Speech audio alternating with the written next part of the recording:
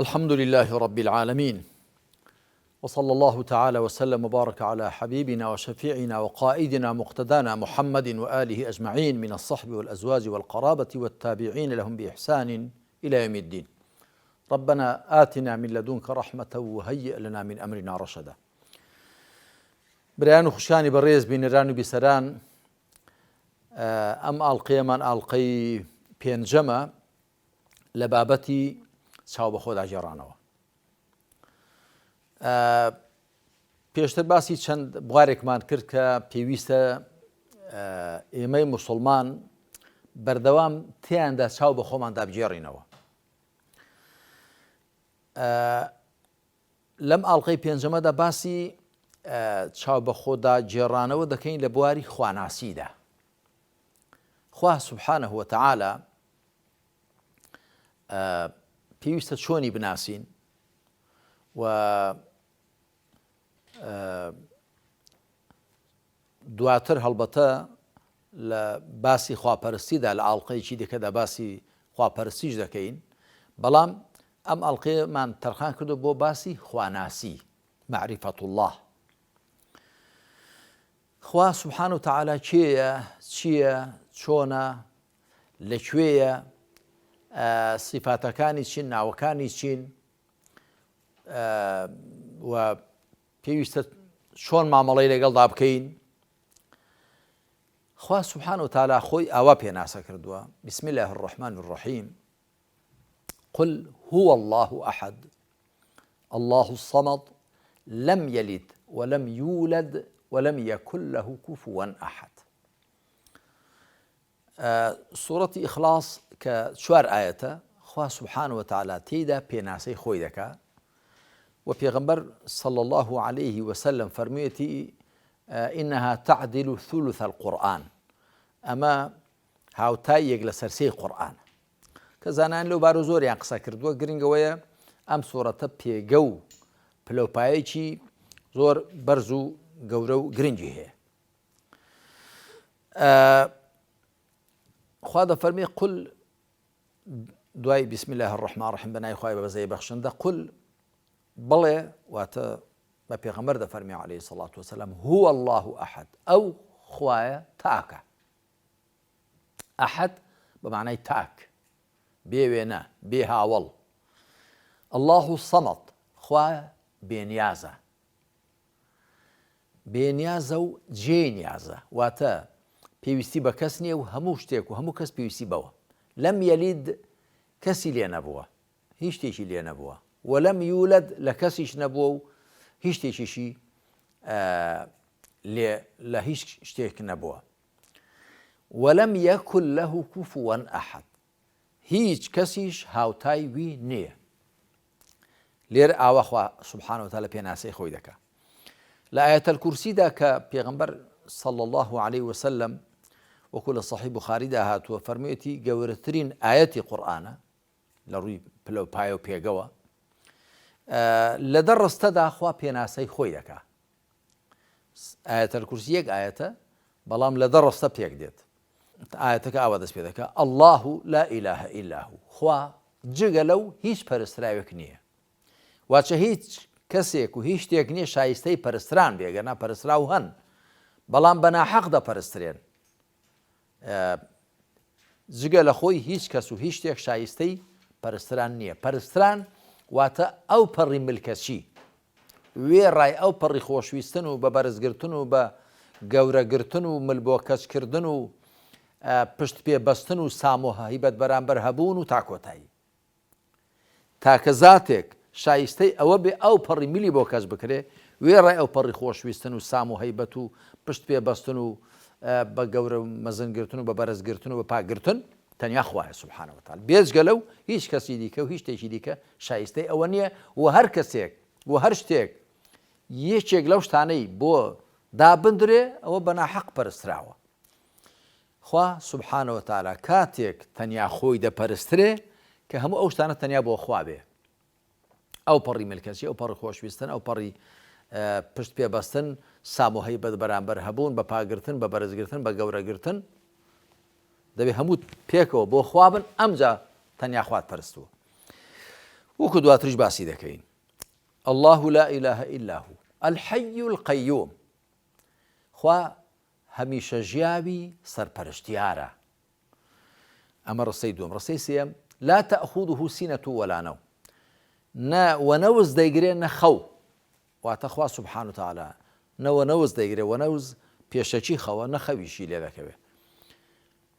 لا تأخذه سینة ولا نوم له ما في السماوات وما في الأرض.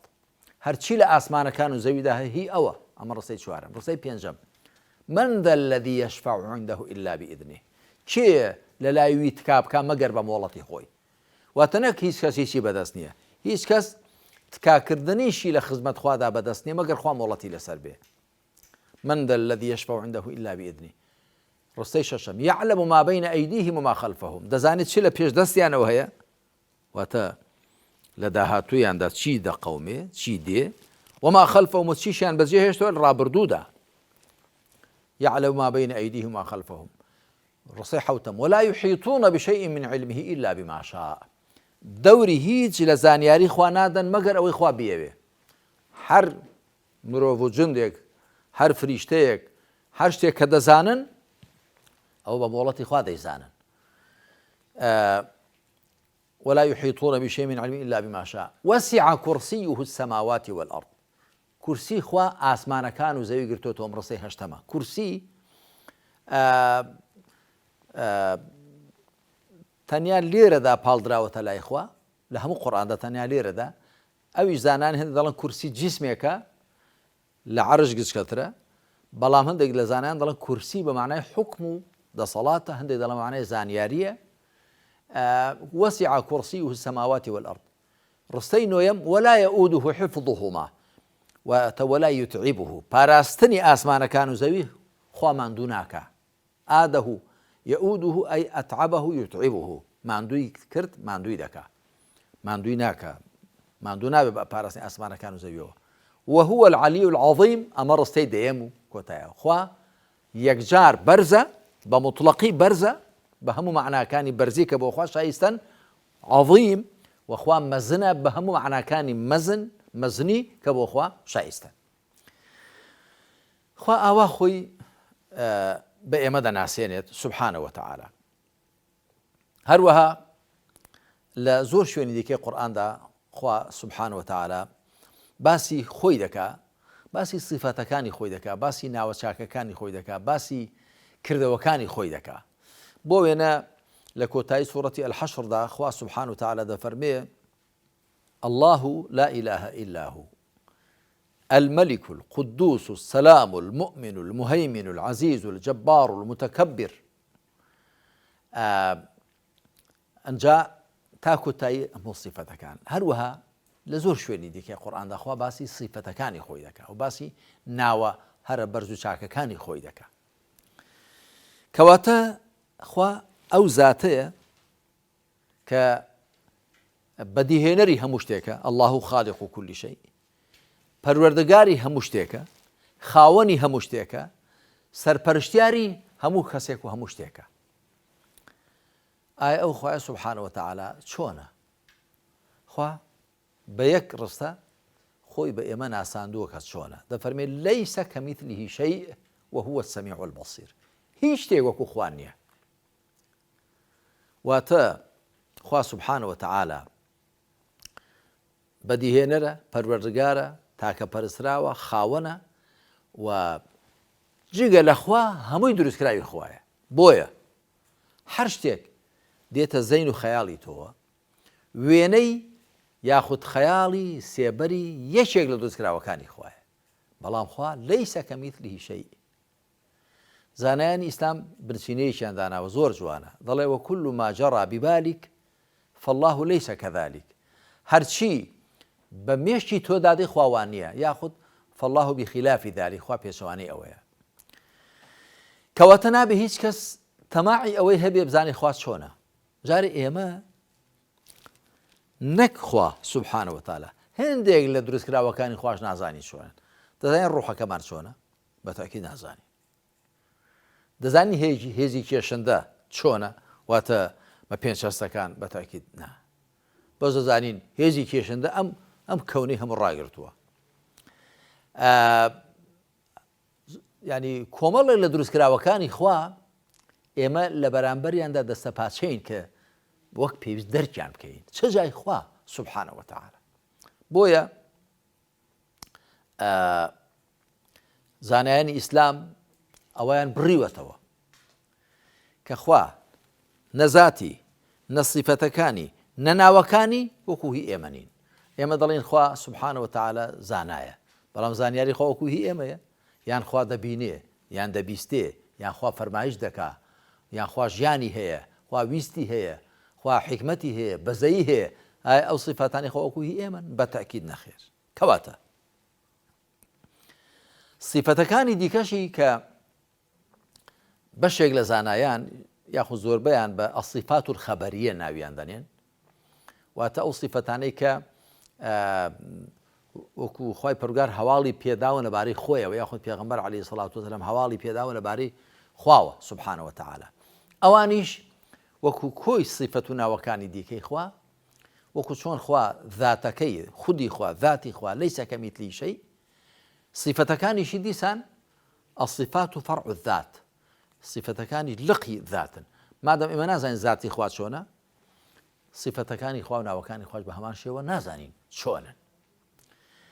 صفاتەکانی خوا چه ئەو صفەتانە بن کە خوا باسی کردوون، وەکو دەسەڵاتی خوا، ویستی خوا، فەرمایشتی خوا، ژیانی خوا، حکمەتی خوا، بەزەیی خوا، دەسەڵاتی خوا، شارەزایی خوا تا کۆتایی چه ئەو صفەتانە بێ کە